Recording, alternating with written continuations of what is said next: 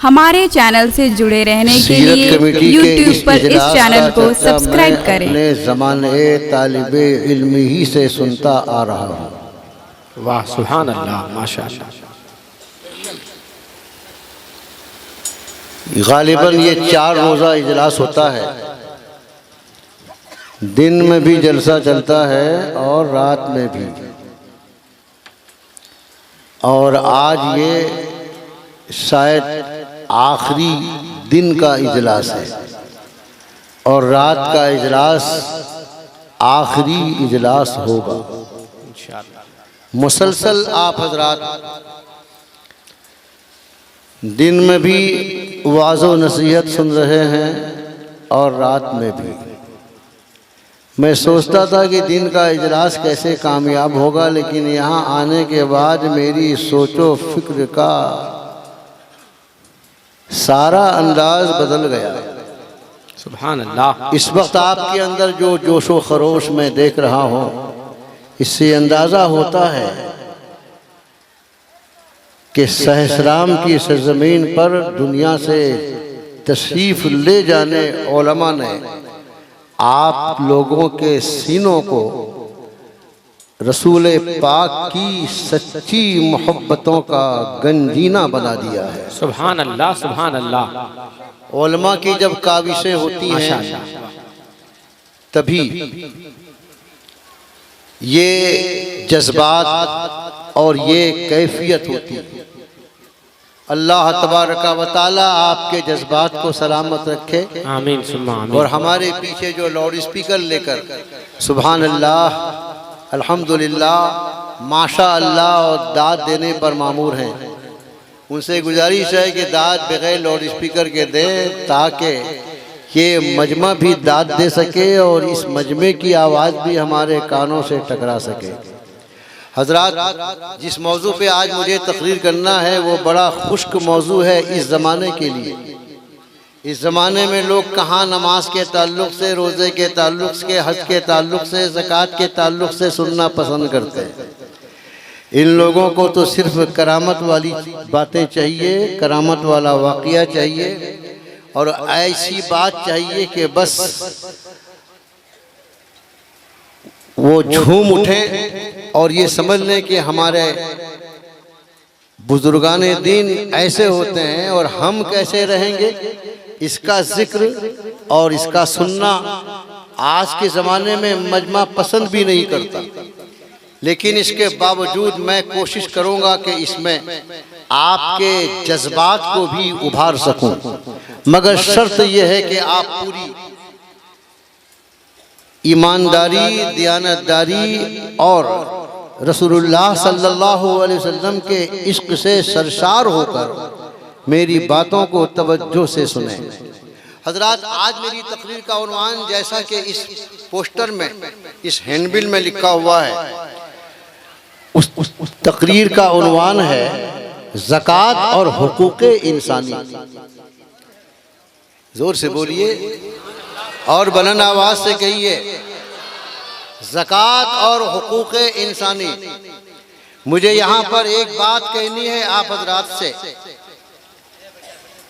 कि ज़कात तो फ़र्ज है, हर बंदा इस बात को जानता है। जिसको थोड़ा बहुत भी इल्मे शरीयत से आगाही है वो ये ज़रूर जानता है कि नमाज हम पर फ़र्ज़ है, रोज़ा हम पर फ़र्ज़ है, ज़कात हम पर फ़र्ज़ है और हज हम पर फ़र्ज़ है उसकी शर्तों के साथ। लेकिन सवाल यहाँ एक पैदा होता है कि ये जो मौजू है ज़कात और हुकूक़े इंसानी, मेरे बिरादर मुकर्रम हज़रत मौलाना मलिकुल ज़फ़र साहब और दिगर उलमाए किराम तशरीफ़ फरमा है, उनसे एक मसला ज़रूर पूछ लीजिए और उस मसले का हल अभी निकल जाएगा। हुकूक़, पहली बात तो ये जानने की ज़रूरत है कि इंसान में कौन कौन लोग दाखिल हैं, ताकि मैं गलत फहमियों को दूर कर दूं। इंसान में कौन कौन लोग दाखिल हैं। इंसान में सिर्फ ईमानदार दाखिल नहीं, काफिर भी दाखिल है। बोलते रहिए सुभान अल्लाह। ताकि मैं समझूं कि आप लोग मौजू देते हैं तो सुनने के लिए भी तैयार रहते हैं, वरना वो लच्छेदार तकरीर करनी भी आती है। हजरात, मैं आपसे कहना चाहता हूं कि इंसानों की फेहरिस्त में ईमानदार भी आता है और बेईमान भी आता है। मुसलमान भी इंसानों की फेहरिस्त में है और काफिर भी इंसानों की फेहरिस्त में है। नबी का वफादार भी इंसानों की फेहरिस्त में है और नबी का गद्दार भी इंसानों की फेहरिस्त में है। लगता है कि इस तरह की तकरीर सुनना आप लोग पसंद नहीं करते हैं, तो फिर बोलिए ना सुभान अल्लाह। हाँ, आशिक भी इंसानों की फेहरिस्त में है और रसूलुल्लाह सल्लल्लाहु अलैहि वसल्लम का इस्तेहज़ा करने वाला, मजाक उड़ाने वाला मुनाफिक भी इसी फेहरिस्त में है। अब ये हुकूक़े इंसानी से क्या मुराद है? अगर हुकूक़े इंसानी से मुराद तमाम इंसान है और ज़कात तमाम इंसानों को बांटना चाहिए, तो मैं इन उलमा की मौजूदगी में बोल रहा हूँ, ज़कात फ़र्ज़ है तो ज़कात के मसारिफ भी हैं। ज़कात के मसारिफ में ज़कात जहाँ पर खर्च किया जाए, दिया जाए, उसी को मसारिफ कहा जाता है। ज़कात के मसारिफ में, ज़कात के मसरफ में खुदा की कसम कोई बेईमान शामिल नहीं है, कोई काफिर शामिल नहीं है, कोई बददीन शामिल नहीं है, कोई गुस्ताख शामिल नहीं है। हालांकि इंसानों की फेहरिस्त में सब शामिल हैं, मगर ज़कात के मसारिफ में सिर्फ और सिर्फ वो शामिल हैं जिनका सीना नबी की मोहब्बत का मदीना है, जो रसूलुल्लाह के वफादार है। इसलिए मैं उन सेठों को, उन सरमायादारों को, उन दौलतमंदों को मुतनब्बिह करना चाहता हूं, एक आलिम होने की हैसियत से हिदायत देना चाहता हूं। बोलो मेरे भाइयों जरा जोर से। नात खानों की नात पर तो, नात के अशार पर तो सुभान अल्लाह सुभान अल्लाह, समझो ना समझो सुभान अल्लाह। मैं आप लोगों को बरंगेख्ता करना चाहता हूं, मैं बहुत दिल जला हूं, मैं अपनी कौम से बहुत परेशान हूं, क्योंकि मैं सिर्फ जलसे का मुकर्रिर नहीं हूं, अल्हम्दुलिल्लाह मैं उन लोगों में हूं जो मदरसे में पढ़ाता भी है और तंजीम और तहरीक चलाता भी है। जोर से जरा बोलो।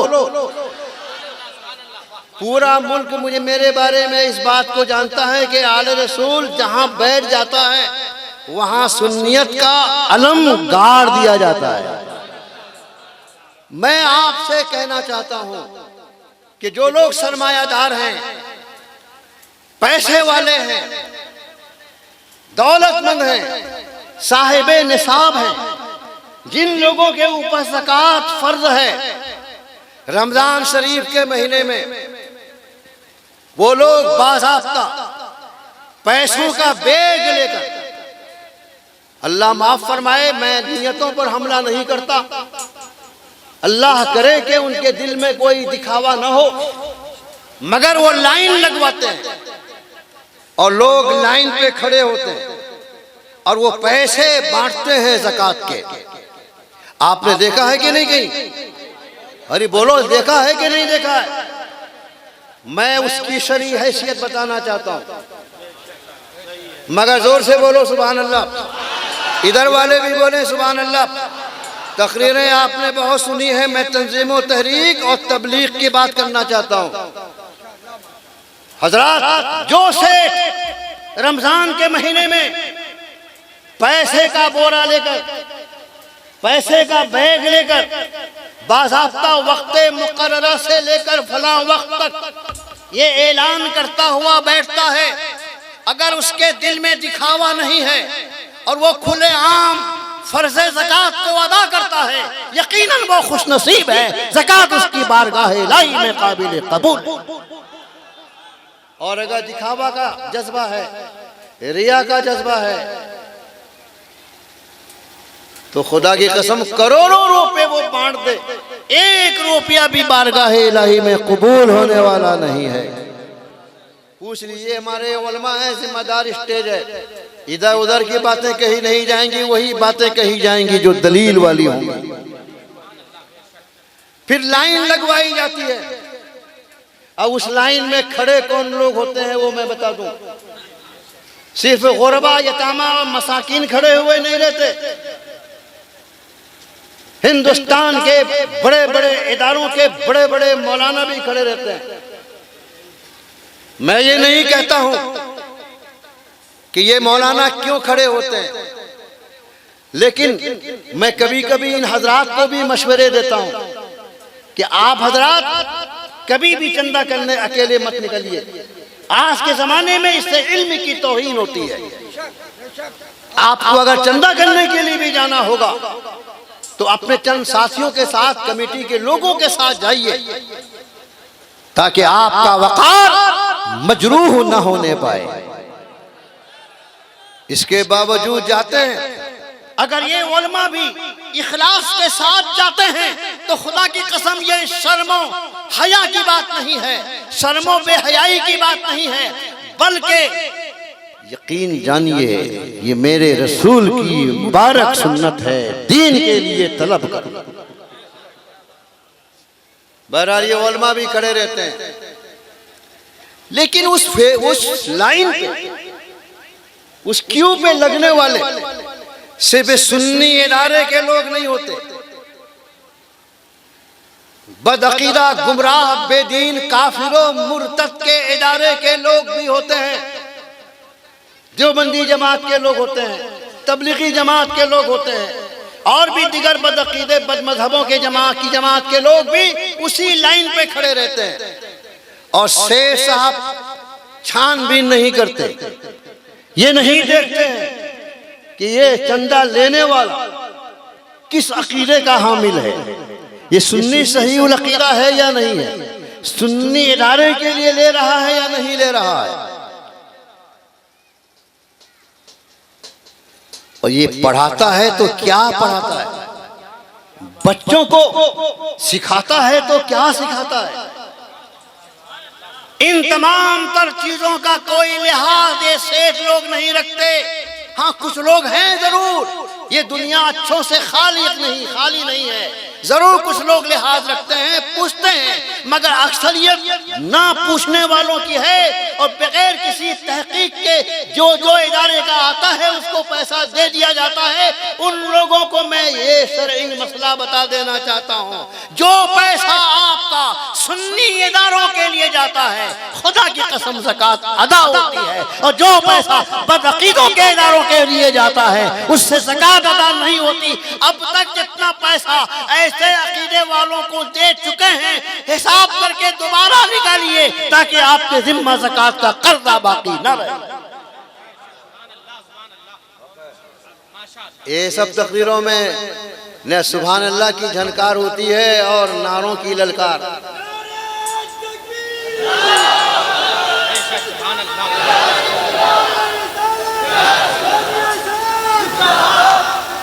हज़रात, इतनी बात कहने के बाद मैं आपसे कहता हूं, ज़कात और उसके मसारिफ, यही उन्वान होना चाहिए। हुकूक़े इंसानी बोलने की जरूरत नहीं। ज़कात और उसके मसारिफ क्या है, कहां देना चाहिए। सबसे पहले मैं आपको यह बताऊं, ज़कात इस्लाम का एक अहम रुकन है। जोर से बोलिए, एक आवाज होके बोलिए, जिंदा दिल हो जाइए। ज़कात इस्लाम का एक अहम रुकन है। जैसे नमाज फर्ज है, रोजा फर्ज है, वैसे ही ज़कात भी फर्ज है। नमाज का इनकार करने वाला, रोजे का इनकार करने वाला, ज़कात का इनकार करने वाला, हज का इनकार करने वाला दायरे इस्लाम से खारिज है। वो मुसलमान नहीं, खुला काफिर है।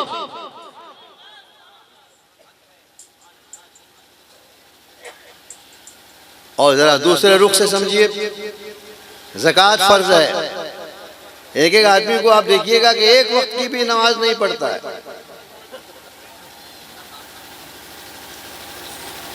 और वो रोजा रख लेता है, पूरे 1 महीने का रोजा रखता है। बहुत मिलेंगे आपको, अगर आप तलाश करेंगे तो आपके बगल में बैठने वाला मिल जाएगा। कोई ऐसा है जो नमाज तो हमारे उलमा बैठे हैं, मैं पूरी जिम्मेदारी के साथ बोल रहा हूं, कोई ऐसा है जो नमाज तो 1 वक्त की नहीं पढ़ता मगर रोजा जरूर रख लेता है, और कोई ऐसा है जो रोजा तो नहीं रखता लेकिन नमाज पढ़ लेता है, और कोई ऐसा है कि नमाज और रोजा दोनों करता है लेकिन अपने माल से चंद रुपए खर्च करना गवारा नहीं करता, ज़कात अदा नहीं करता, यहां तक कि फितरा भी अदा नहीं करता। ये याद रखो, एक आवाज होके बोलिए, बुलंद आवाज से कहिए, ये मसला अच्छी तरह जहन पे नोट कर लीजिए।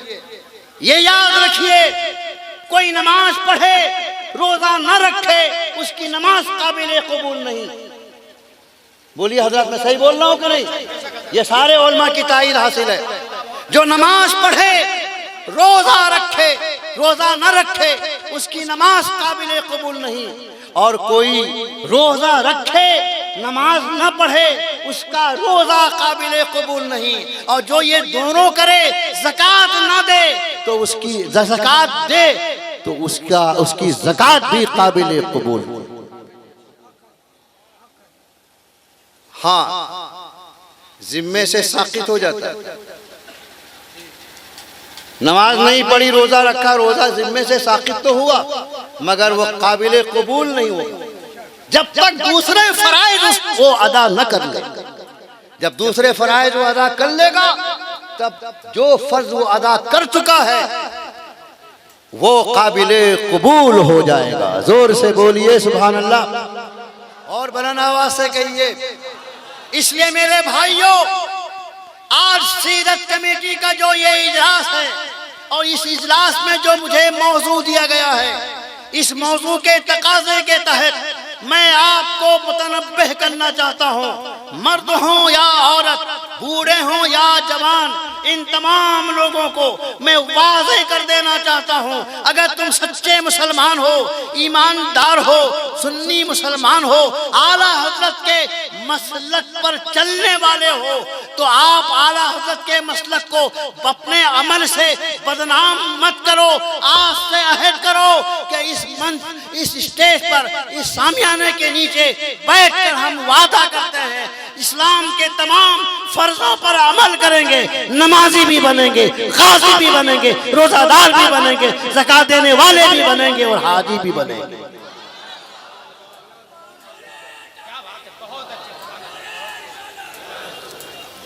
हजरत, ज़कात इस्लाम का एक अहम रुकन है। ये नमाज की तरह फर्ज ऐन है।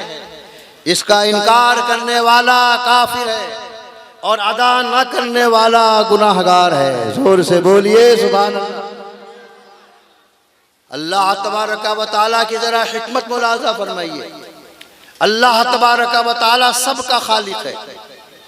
बोलिए जोर से, अल्लाह तबारक व तआला सबका खालिक है, वही सबका मालिक है। बोलते रहिए, वही सबका मालिक है और वही सबका राज़िक है। राज़िक का माना है रोजी देने वाला। जोर से बोलिए सुभान अल्लाह। लेकिन उसने अपने बंदों को एक ही मनसब पे सबको खड़ा न किया। नहीं समझ में आया? आप लोग तो उर्दू जानने वाले हैं, मैं तो बंगला एरिया में भी तकरीर करता हूँ और आसान आसान लफ्जों में, और शायद मैं वाहिद मुकर्रिर हूँ कि बंगला एरिया में भी मुझे बुलाया जाता है और मैं उर्दू ज़ुबान में तकरीर करता हूँ। लोग पसंद भी करते हैं क्योंकि मैं बहुत आसान लफ्जों में खिदमत करता हूँ। सिर्फ लच्छेदार तकरीर करके नारा लगवा के जाना आले रसूल का काम नहीं है, बल्कि जहनों में अल्लाह उसके रसूल की बातों को बिठाना आले रसूल का काम।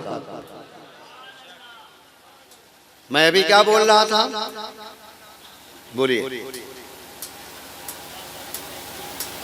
अल्लाह तबारक व तआला, एक ही आदमी को याद है, अल्लाह तबारक व तआला सबका राज़िक है। लेकिन सब बंदों को अल्लाह ने एक जैसा पैदा नहीं किया, और किसी को मालदार बनाया तो किसी को गरीब भी बनाया। जरा जोर से बोलिए, जोर से। किसी को मालदार भी बनाया तो किसी को बोलिए गरीब भी बनाया। अभी तक आपके अंदर वो जज्बा पैदा नहीं हुआ कि मौजू के तहत तकरीर सुनेंगे।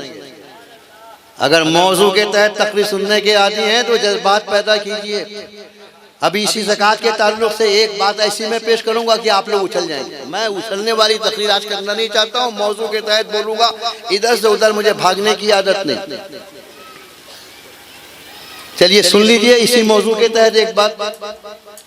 रसूलुल्लाह सल्लल्लाहु अलैहि वसल्लम की बारगाह में एक बकरी आई और उसको ज़बह किया गया।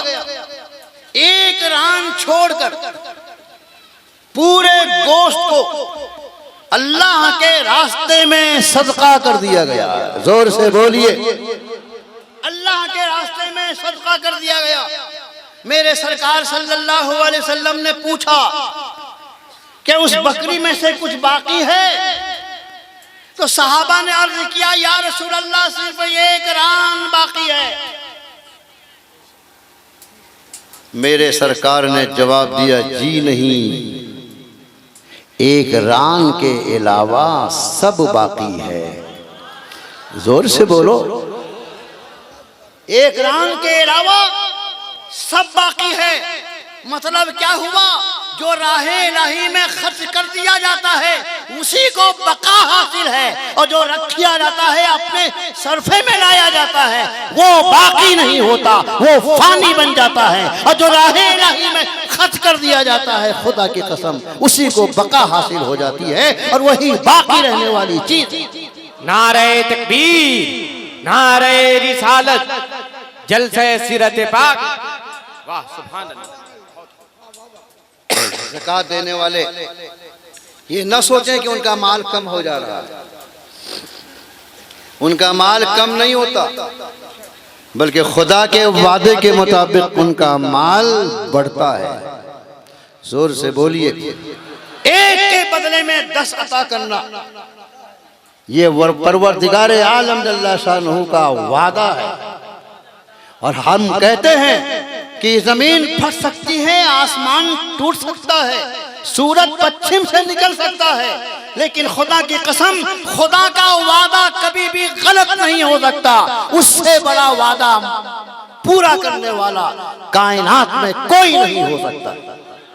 मगर उसके लिए ईमान चाहिए, ठोस ईमान, अकीदा चाहिए, ठोस अकीदा। एक किताब में मैंने पढ़ा, अगरचे वो रिवायत बहुत मुस्तनद नहीं है, लेकिन बाबे फजीलत में ऐसे वाक़यात भी बयान किए जाते हैं।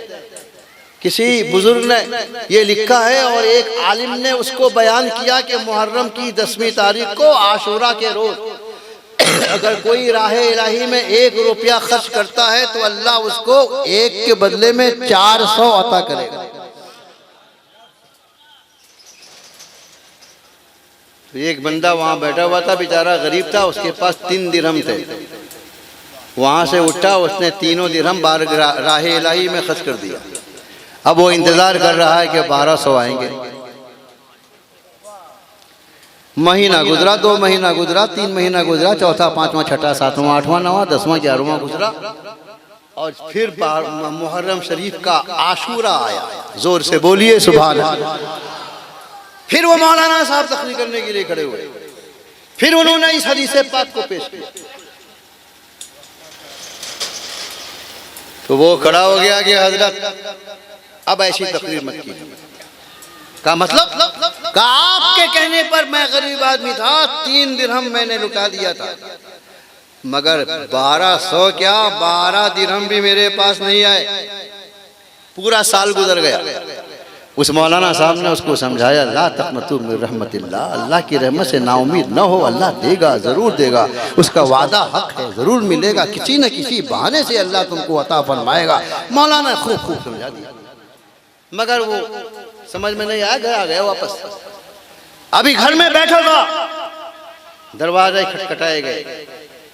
दरवाजा खोला तो देखा एक सफेद पोश खड़ा है। उसने कहा ले ये 1200 दिरहम। जरा जोर से बोलो, अगला जुमला आप में हलचल मचाएगा। एक आवाज होके बोलिए, ले ये 1200 दिरहम। अगर तू इसी 1200 दिरहम पर खुश रहना चाहता है तो इसको ले ले, और अगर तू सब्र करता तो उस 3 दिरहम के बदले में रब तबारक व तआला तुझे दुनिया और आखिरत में तरह तरह के इनामात से नवाज़ेगा। ऐसी तकरीरों से कितना खुश होते हैं आप लोग, है ना? मगर मैं तो मसाइल बता रहा हूं, उसी में आपको खुश रहना चाहिए। जोर से बोलिए, हजरत मुस्तफ़ा जाने रहमत सल्लल्लाहु ताला अलैहि वसल्लम की हम उम्मत हैं, हम पर सबसे ज्यादा आसानियां फराहम की गई। अगर इस पर तकरीर करूंगा तो बहुत लंबा टाइम हो जाएगा, मगर इतना जरूर जान लीजिए कि अल्लाह ने सबको बराबर पैदा नहीं किया। किसी को सरमादार बनाया तो किसी को गरीब बनाया। मगर सुन लो मेरे रसूल की वाज़ेह हिदायत कि ऐ सरमायादारों, ऐ मालदारों और ऐ पैसा इकट्ठा करने वालों, तुम्हारी जरूरत के जितने पैसे हैं वो जरूरत भर पैसे की ज़कात आपके ऊपर फर्ज नहीं है। बोलो, जरा जोर से बोलो सुभान। अभी मैं बताऊंगा कि हमारे उलमा ऐसे मौके पर कौन सा लफ्ज़ इस्तेमाल करते हैं। जो तुम्हारी जरूरतें हैं उन जरूरतों पर ज़कात फर्ज नहीं है। जब उस जरूरत से ज्यादा हो जाए और फिर उस पर साल गुजर जाए तब आपके ऊपर ज़कात फर्ज है। जोर से बोलो। मसलन अगर आपके पास सिर्फ 50 तोला चांदी है तो उस 50 तोला चांदी पर आप पर ज़कात नहीं। 51 तोला चांदी है सिर्फ, सुना नहीं, ये सिर्फ की जो कैद है वो एतराजी है, इत्तेफाकी नहीं है। सिर्फ अगर चांदी आपके पास 51 तोला है तब भी आप पर ज़कात फर्ज नहीं। या 51 तोला चांदी की कीमत आपके पास मौजूद है तब भी आपकी पे के ऊपर ज़कात फर्ज नहीं। हाँ, जब 52 तोला चांदी आपके पास हो या उतनी कीमत की मालियत आपके पास रहे,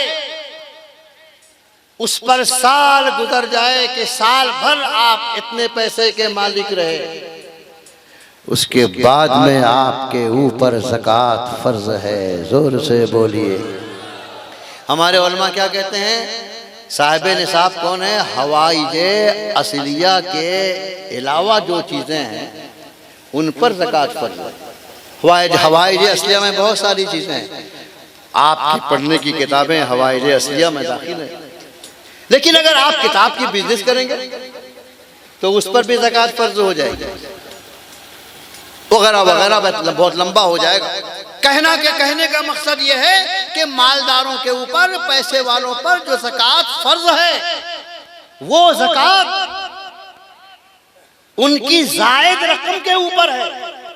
जब तक जरूरत भर रकम है तो ज़कात फर्ज नहीं, जरूरत से ज्यादा रकम होगी तो ज़कात फर्ज है। परवरदिगार आलम देने वाला है और वो कहता है जब जरूरत से ज्यादा मैं तुम्हें अता कर दूं तो मेरे करीब बंदों के ऊपर तुम लुटाओ। उस लुटाने का फायदा होगा कि तुमको जन्नत भी मिलेगी और दुनिया में नेमत भी मिलेगी।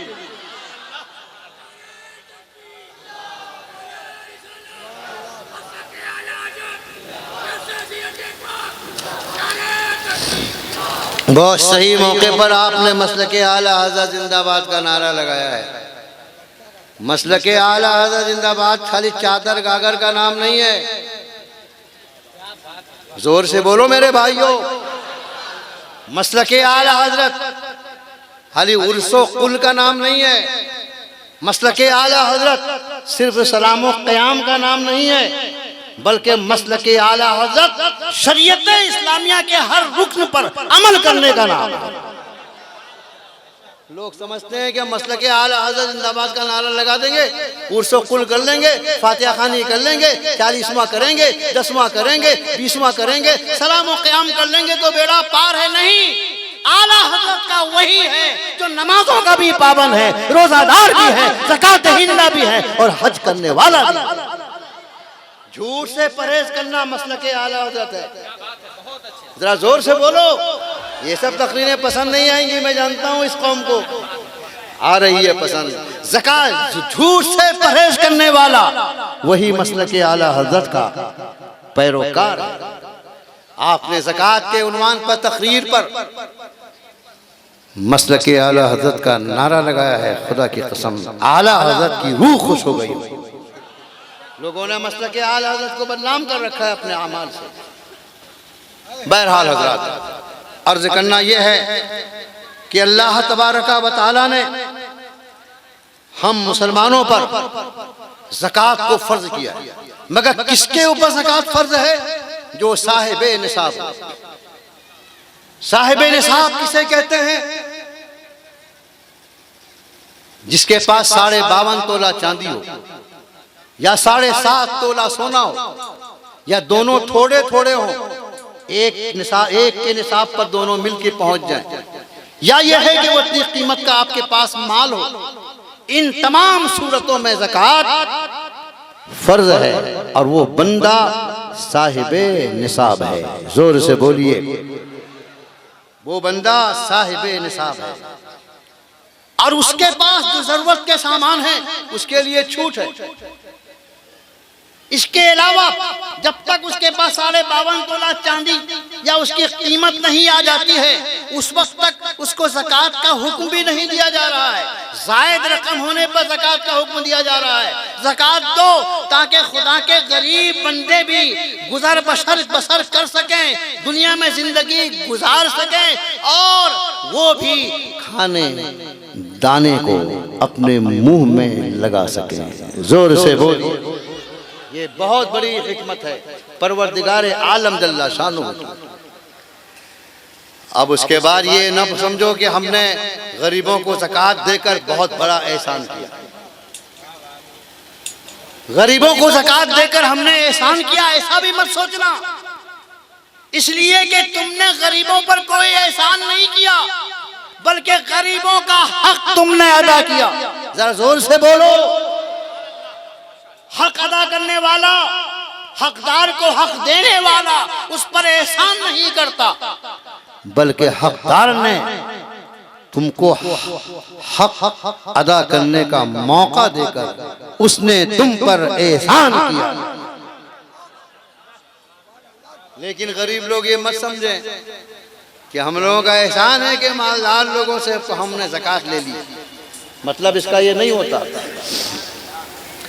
बल्कि हकीकत यह है कि इन जो सरमायादार हैं, जो मालदार हैं, वो आप गरीबों का हक अदा करें और गरीब उस मालदार का एहसान माने। सर जोर से बोलो, एक आवाज होके बोलिए, मैं बताऊंगा क्यों एहसान माने। एक आवाज होके बोलिए सुभान अल्लाह। वो एहसान माने। अभी मैंने कहा कि ये अमीर अगर ज़कात गरीब को देता है तो कोई एहसान नहीं करता, वो हक अदा करता। फिर मैं अपने गरीब भाइयों से कहता हूं, अगर आप ज़कात ले रहे हैं तो उस सरमायादार का एहसान मानिए। उसको मना किया गया एहसान मत जताओ, और इसको कहा जा रहा है एहसान मानो। ऐसा कैसे? इसलिए कि उस मालदार को इख्तियार था, तुम्हारे बजाय किसी और को दे देता, लेकिन उसने तुम्हारा इंतखाब करके ज़कात का माल देकर तुम्हारी ज़रूरतों को पूरा किया है। इसलिए उसका एहसान मानो। उसको एहसान जताना जायज़ नहीं और तुम किसी मोहसिन के खिलाफ हो जाओ, बकवास करो, ये तुम्हारे लिए भी जायज़ नहीं। न एहसान फरामोशी की इजाज़त दी जाएगी और न एहसान जताने की इजाज़त दी जाएगी। हज़रात, बातें बहुत तवील होती जा रही हैं। मैं बहुत बड़ा नोट तैयार करके आया हूँ। मैं घंटों इस मौजू पे अभी तकरीर कर सकता हूँ, मगर कितने बजे तकरीर जलसा खत्म होगा? कितना टाइम हो गया है? ठीक है, 32 हुआ है।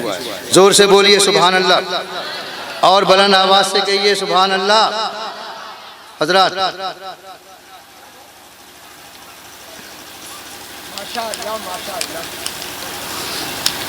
ज़कात की अदायगी से क्या फायदे हैं, जरा उसको देखिए।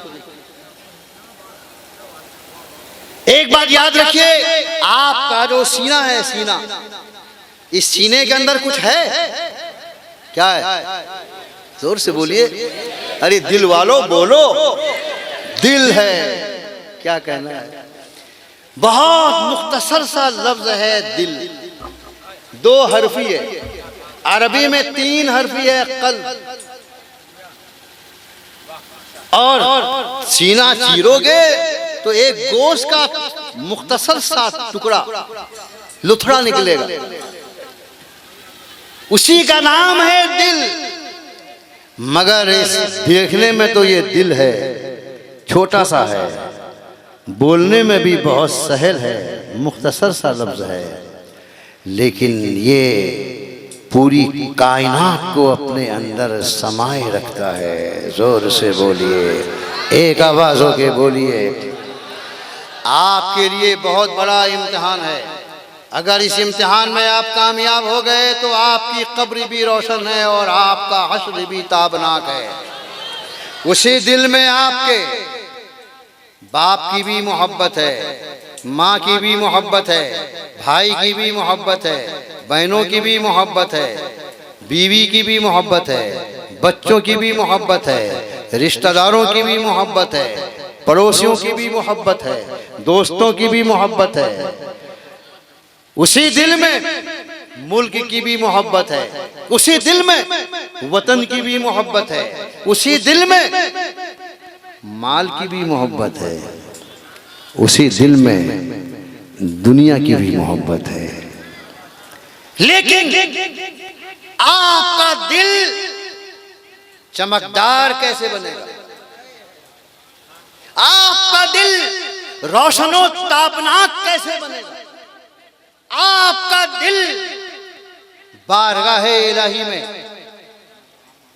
सुरखरू कैसे बनेगा? उसका एक ही तरीका है कि सारी मोहब्बतें अपनी जगह पर, आप अपने दिल में खुदा के महबूब की मोहब्बत को और खुदा की मोहब्बत को जगह दे दो, और उस नाम, इस मोहब्बत के नाम पर सब कुछ लुटाने का जज्बा अपने अंदर पैदा कर लो। खुदा की कसम, दिल भी कामयाब, दिल की मोहब्बत भी कामयाब हो जाए।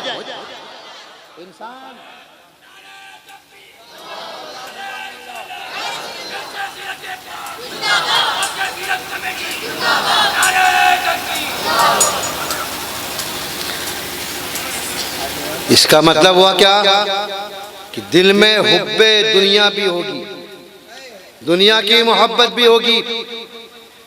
आदमी चाहता है कि पैसा इकट्ठा करे, और इकट्ठा करके करेगा क्या? बीवी के लिए सोना खरीदेगा। इकट्ठा करके क्या करेगा? शानदार बिल्डिंगें बनाए। इकट्ठा करके क्या करेगा? बाहर मुल्कों का बीवी के साथ बेहया सफर करेगा। हजरात, अगर देखें तो बहुत सारी चीजें आए दिन होती रहती हैं। पैसे हो गए तो बीवियों के साथ सिनेमा देखा जा रहा है, पैसे हो गए तो बच्चों का अकीका किया जा रहा है, तो ढोल बाजे बजाए जा रहे हैं। बेशुमार गुनाहों के दलदल में आदमी इन पैसों की बुनियाद पर फंस जाता है। लेकिन खुदा और उसके रसूल का हुक्म क्या है, उसको जानिए। ये दुनिया मुर्दार कुत्ते की तरह है। ये दुनिया मुर्दार कुत्ते की तरह है। क्या मुर्दार कुत्ते को कोई देखना भी पसंद करता है? छूना भी पसंद करता है, उससे लिपटना कोई पसंद करता है। ऐसे ही दुनिया है, हुब्बे दुनिया दिल से निकालो। दिल से निकालने का एक तरीका ये भी है कि अपने माल को फालतू खर्च मत करो, बल्कि खुदा के हुक्म पर, ज़कात के नाम पर खुदा के बंदों में लुटा दो। दुनिया की मोहब्बत कम हो जाएगी, तुम्हारा दिल मकबूल हो। हजरात, ज़कात एक ऐसी चीज है कि परवरदिगार आलम जल्ला शानहू इरशाद फरमाता है, जो ज़कात नहीं देते हैं, अपने माल को इकट्ठा करते हैं, वो अपने अंजाम पर गौर कर ले। अल्लाह तबारक व तआला ने इरशाद फरमाया है, वल्लज़ीना यकनिज़ून अज़-ज़हब वल-फ़िद्दा वला युनफ़िक़ूनहा फ़ी सबीलिल्लाह फ़बश्शिरहुम बिअज़ाबिन अलीम। बहुत से लोग ऐसे मिलेंगे, बहुत से लोग ऐसे मिलेंगे ज़कात निकालते हैं, कुछ तो वह हैं ज़कात निकालते ही नहीं। वो लोग बोलेंगे जान तो दे देंगे मगर माल नहीं देंगे। और कुछ वो लोग हैं ज़कात निकालते हैं मगर अटकल से निकालते हैं। अटकल समझते हैं? कयास से। क्या किया? 1 करोड़ के मालिक हैं, 10-20 हज़ार रुपए निकाल दिए। जो 1 करोड़ का मालिक है उसके ऊपर 2.5 लाख रुपए ज़कात हैं, और जो 1 लाख का मालिक है उसके ऊपर 2,500 ज़कात है। थोड़ा बहुत निकाल दिया, कपड़े ऊपर लाके बांट दिया तो समझा कि बस मैं निजात पा गया। जी नहीं, हुक्म शरा ये है कि अपने माल को सही हिसाब करो, और हिसाब करने के बाद 2.5% गरीबों के लिए खुदा के हुक्म पे निकाल दो। अगर निकाल दोगे तो तुमको दुनिया आखिरत में जन्नत भी मिलेगी और दुनिया में खुदा की नेमत भी मिलेगी। और अगर आपने ज़कात नहीं दी और अपने माल को इकट्ठा किया, चांदी इकट्ठा की, सोना इकट्ठा किया, अल्लाह के रास्ते में खर्च नहीं किया, उसके बारे में कुरान कहता है, वल्लज़ीना यकनिज़ून अज़-ज़हब वल-फ़िद्दा, यानी जो लोग जो सोना और चांदी को जमा करते हैं, वला युनफ़िक़ूनहा फ़ी सबीलिल्लाह, ये फ़ी सबीलिल्लाह काबिल गौर है। और उस माल को अल्लाह के रास्ते में खर्च नहीं करते। अल्लाह के रास्ते में खर्च करने वाला दुनिया की वाहवाही नहीं चाहेगा, बल्कि वो खुदा की रजा चाहेगा। जोर से बोलिए और बुलंद आवाज से कहिए, माशाअल्लाह, सुभान अल्लाह। अल्लाह की रजा चाहेगा। जो अल्लाह के रास्ते में खर्च करेगा वो कभी भी वाहवाही नहीं चाहेगा, वो कभी भी ये नहीं चाहेगा कि मेरा नाम हो, मेरा चर्चा हो। अगर दिल में ये नियत है तो वो ज़कात अदा ही नहीं होगी, सवाब मिलेगा ही नहीं। लेकिन अगर अल्लाह के रास्ते में वो खर्च करता है तो सवाब का हकदार भी होगा। मेरा वो जुमला गौर से कल समझ लीजिए, वो जन्नत का भी हकदार होगा, दुनिया की नेमतों का भी हकदार होगा।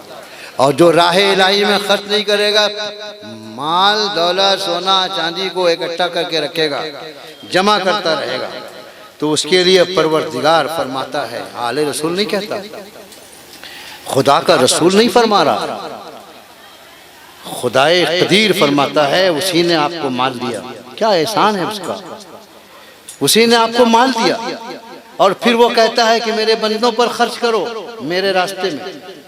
अगर खर्च करोगे तो तुम्हारा माल घटेगा नहीं, देने वाला मैं हूं और बढ़ाऊंगा। जरा जोर से बोलो।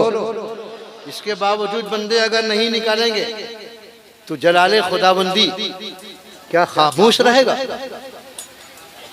अल्लाह फरमाता है जो ऐसा करते हैं, मैंने माल दिया, माल देने के बाद हुक्म दिया कि तुम मेरे गरीब बंदों पर लुटाओ, तुमने मुख्तसर सा पैसा, 1000 में सिर्फ 25 रुपए, 1000 में 25 हुए ना, 1000 में सिर्फ 25 रुपए मुख्तसर सा पैसा है कि नहीं?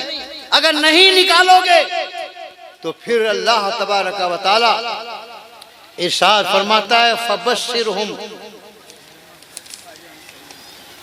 फबश्शिरहुम, हाँ फबश्शिरहुम, उनको खुशखबरी सुना दो। जोर से बोलिए, एक आवाज होके बोलिए, उनको खुशखबरी सुना दो। किनको? जिन लोगों ने माल इकट्ठा किया, सोना इकट्ठा किया, चांदी इकट्ठा की, दौलत इकट्ठा की, बैंक बैलेंस करते रहे, फिक्स डिपॉजिट करते रहे, LIC खोलते रहे, उन तमाम लोग जिन लोगों ने खुदा के रास्ते में ज़कात नहीं दी, उनको अल्लाह फरमाता है तुम्हारे लिए खुशखबरी है। किस चीज की खुशखबरी? बेअज़ाबिन अलीम, दर्दनाक अज़ाब की खुशखबरी। जो लोग अभी तक ज़कात नहीं निकाले हैं, उलमा से उसके उनके मसाइल पूछो। जो ज़कात निकालने वाले हैं, जिनके ऊपर ज़कात फर्ज है, उनको भी चाहिए कि उलमा से मसाइल पूछ कर ज़कात निकालें।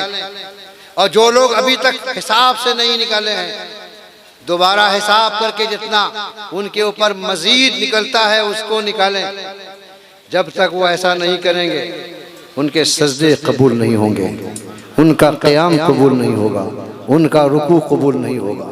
यहीं पर रुक कर एक बात और अर्ज करूँगा, क्योंकि जलसे में सिर्फ मर्द नहीं आए हैं, औरतें भी ये मसला सुन रही हैं। मैं अपनी तमाम बहनों और बेटियों को ये मसला बताना चाहता हूँ। तुम्हारे पास अगर सोना चांदी है, पहले ये मसला समझो कि अगर किसी औरत के पास एक भरी सोना हो, एक तोला सोना हो और एक तोला चांदी हो, तो भी उसके ऊपर ज़कात फर्ज है।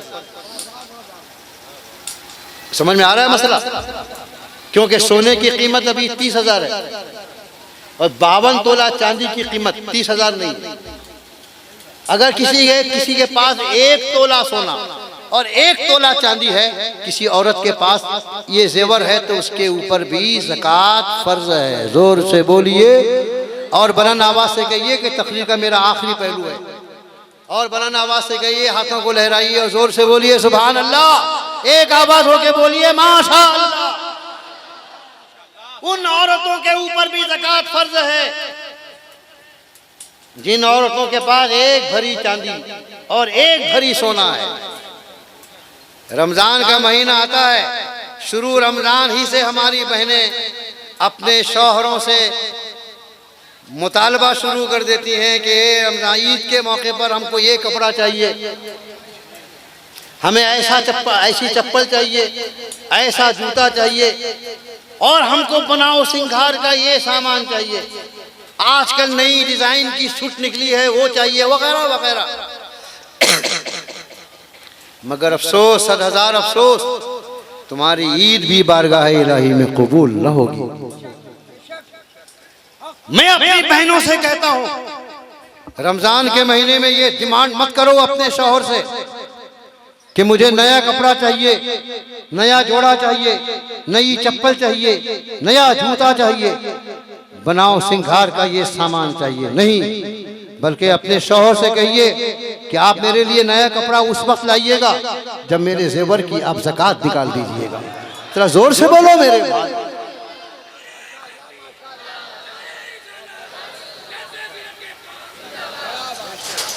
मेरे लिए नई चप्पल उस सूरत में लाइएगा जब आप मेरे जेवर की ज़कात निकाल दीजिएगा। पहले मेरे जेवर की ज़कात मुझे दीजिए ताकि मैं गरीबों को बांट सकूं, किसी सुन्नी मदरसे में दे सकूं, उसके बाद ईद की खुशी मेरे लिए खुशी होगी, वरना ऐसी ईद मेरे लिए वईद बन जाएगी। और फिर मेरी बहनें सुन लें, अगर तुम्हारा शौहर कंजूसी करे और तुम्हारे जेवरात की ज़कात न निकाले, जेवर पहनाना बीवी को बहुत अच्छा लगता है, मगर जब ज़कात देने की बारी आती है तो ज़कात नहीं निकालते शौहर हजरात। वो भी सुन लें और मेरी बहनें भी सुन लें कि अगर तुम्हारा शौहर इतना बड़ा कंजूस है कि वो तुम्हारे जेवरात की ज़कात नहीं निकालता है, तो कभी तुमने उलमा से मसला पूछा कि मेरा शौहर नहीं निकाल रहा है, मैं क्या करूं? अगर नहीं पूछा है, आज मैं खुद पूछकर अल्लाह और उसके रसूल के हुक्म के मुताबिक जवाब बता देता हूं। आइंदा से उसी पर अमल कर लेना। औरतों की तरफ से सवाल है, हमारा शौहर हमारे जेवरात की ज़कात नहीं निकालता, हमारे पास कोई नकद पैसा भी नहीं है कि हम अपने नकद पैसे से ज़कात निकालें, हमारे लिए क्या हुक्म है? ये मेरी बहनों ने मुझसे पूछा, अब मैं जवाब देता हूं। जवाब यह है कि अगर तुम्हारा शौहर तुम्हारे जेवरात की ज़कात न निकाले तो तुम अपने जेवरात के कुछ हिस्सों को बेचकर अपने जेवरों की ज़कात निकालो, ये तुम्हारे लिए फर्ज है। जोर से बोलो, एक आवाज होके बोलो। हरगिज हरगिज इस मामले में अपने शौहर से पूछने की भी जरूरत नहीं है। फर्ज को अदा करने के लिए शौहर की इजाजत की जरूरत नहीं। अगर तुम्हारा शौहर अपनी कंजूसी की बुनियाद पर तुम्हारे जेवरात की ज़कात नहीं निकालता है, तुम अपने जेवरात के बाद हिस्सों को बेचो, ज़कात निकालो, इसलिए कि मरने के बाद तुम्हारे अमाल का जवाब तुम्हारा शौहर नहीं देगा, तुमको ही देना पड़े।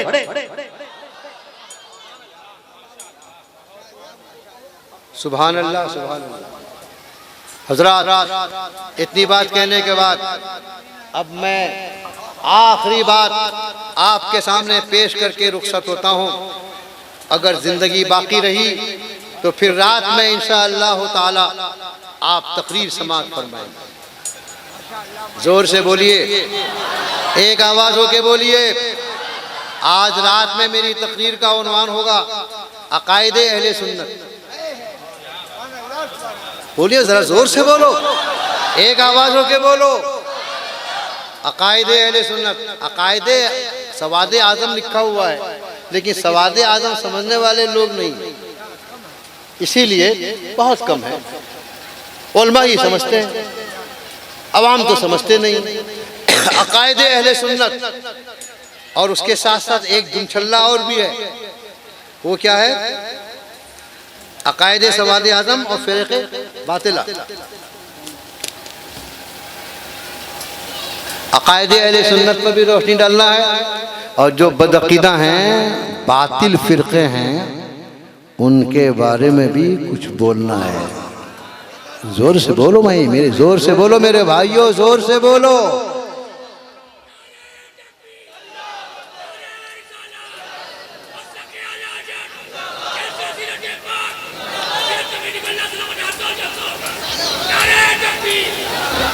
अल्लाह तबारक व तआला आपके नारे को और आपको सलामत रखे। बड़ा प्यारा नारा आप लगा रहे हैं, दिल को छू लेने वाला। हजरात, रात में आप भी आइए, अपने दोस्तों को, अपने बच्चों को भी लेके आइए। 8 साल 10 साल के बच्चों को भी लेके आइए, और औरतों के लिए भी इंतजाम है, अपनी औरतों को भी लेके आइए, ताकि आज की रात में मैं आपका ईमान मजबूत कर सकूं। और अभी मैं आपके आमाल को मजबूत करने की कोशिश कर रहा हूं।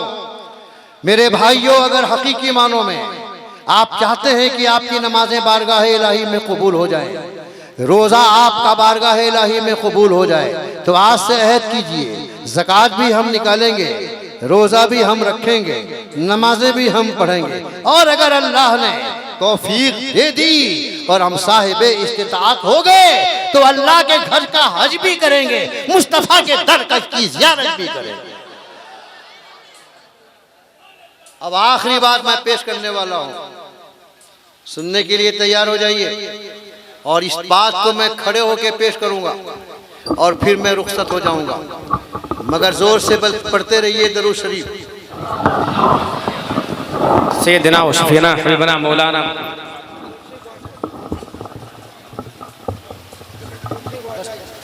दुआ कीजिए कि अल्लाह तबारक व तआला मुझे सेहत व सलामती अता फरमाए। इसलिए कि अगर आप सुनेंगे तो हैरत करेंगे कि मेरे सीने का ऑपरेशन हुआ है, मेरे दिल का, हार्ट का, वो भी ओपन सर्जरी हुई है। मेरा सीना चीरा गया है और हार्ट का ऑपरेशन हो चुका है। अभी 1 साल पहले मेरी किडनी भी चेंज हुई है। इसके बावजूद मेरे गौस का करम है कि मैं आपकी खिदमत कर रहा हूँ। बस दुआ फरमाइए कि अल्लाह तबारक व तआला मुझे शिफाए कामिल व आजिल अता फरमाए। आखिरी बात बोलने वाला हूँ, मर्द और औरत, तमाम लोग जवान सुन लें कि आपके पास बहुत सारा माल होगा, बहुत सारी दौलत होगी, बहुत सारे कपड़े लगते होंगे, आपके पास बैंक बैलेंस होगा, आपके पास बिल्डिंग होगी या झोंपड़ा ही होगा, कुछ तो सर छुपाने की जगह होगी, आपके पास एक से एक लिबास होगा। बाज़ लोग वो हैं जिनके पास खूबसूरत पलंग होता है, डंडलप के गद्दे होते हैं, मार्बल का मकान होता है, एयर कंडीशन कमरे होते हैं। ये सारी की सारी चीज़ें हैं। फिर औरतों से पूछ लीजिए, औरतों के पास जेवरात होते हैं, कान का झुमका है, नाक की बाली है, न क्या कहते हैं उसको, हैं कि नाक की कील है, और क्या होता है, सोने का चैन है, हार होता है, बहुत सारी चीज़ें होती हैं, हाथ का बाला होता है, क्या क्या होता है, और पाँव का पाजेब होता है। मगर आपने देखा होगा कि जब किसी की मौत होती है, जोर से बोलो मेरे भाई, मर्द हो उसकी मौत हो गई, मौत होने के बाद उसके सारे पासबुक धरे के धरे रह जाते हैं, जमीन के सारे कागजात धरे के धरे रह जाते हैं, सारे माल सारी दौलतें पड़ी रहती हैं। डंडलप का गद्दा वैसा ही रहता है, अब कोई भी डंडलप के गद्दे में सोने नहीं देगा आपको, पलंग में सुलाएगा नहीं, घर के अंदर घुसाएगा नहीं, बाहर आपको डाल देगा। बोलो होता है कि नहीं? एक छोटी सी चटाई होगी, उसी में आपको डाल देना है। कितने बड़े बड़े कई तकियों पर सोने के आदी थे, मगर आज तकिया भी आपको दुनिया में मयसर नहीं होगा। बोलो जोर से, मैं सही बोल रहा हूँ कि नहीं बोल रहा हूँ? और मेरी बहनें सुन लें, जब तुम्हारी मौत हो जाएगी, तुम्हारी जो रिश्तेदार औरतें होंगी, बेटी होगी, बहू होगी, बहनें होंगी, माँ होंगी, वो सबसे पहला काम ये करेंगी कि तुम्हारे जिस्म में जहाँ जहाँ जेवर होगा वो सब खोल लेंगी। अब मैं आपसे पूछता हूँ, आपने बहुत कमाया दुनिया, लेकिन कोई चीज गई आपके साथ? माल गया, बोलो दौलत गई, रुपया गया, पैसा गया, बिल्डिंग गई, तामीरात गई। औरतें सुन ले, क्या तुम्हारे साथ कान का झुमका गया, नाक की बाली गई, गले का कलश गया? कुछ नहीं गया, खाली हाथ आए हो। और मजे की बात यह है कि जब कोई मर जाता है और उसकी मुट्ठी बंद होती है तो लोग आके उसकी मुट्ठी खोल लेते हैं ताकि दुनिया देख ले कि खाली हाथ जा रहा है, छुपा के लेके नहीं जा पा रहा है।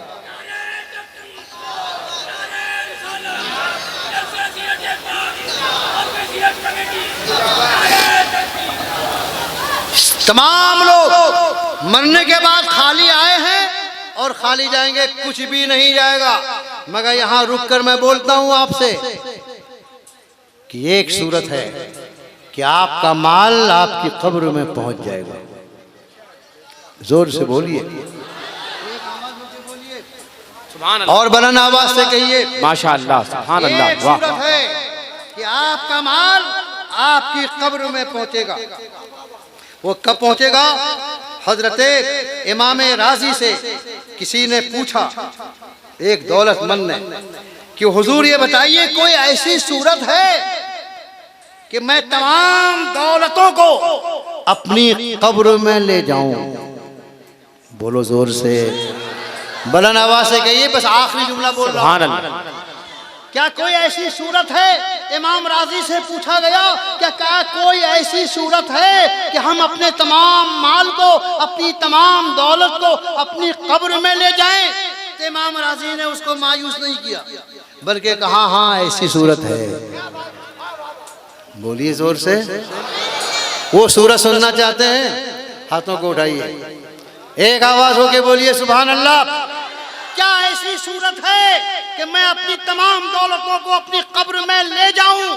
इमाम राजी ने फरमाया कि हाँ वो सूरत है। और वो सूरत क्या है कि तुम सारी दौलतों को खुदा की राह में खर्च कर दो, कब्र में तुमको ये दौलत मिल जाएगी।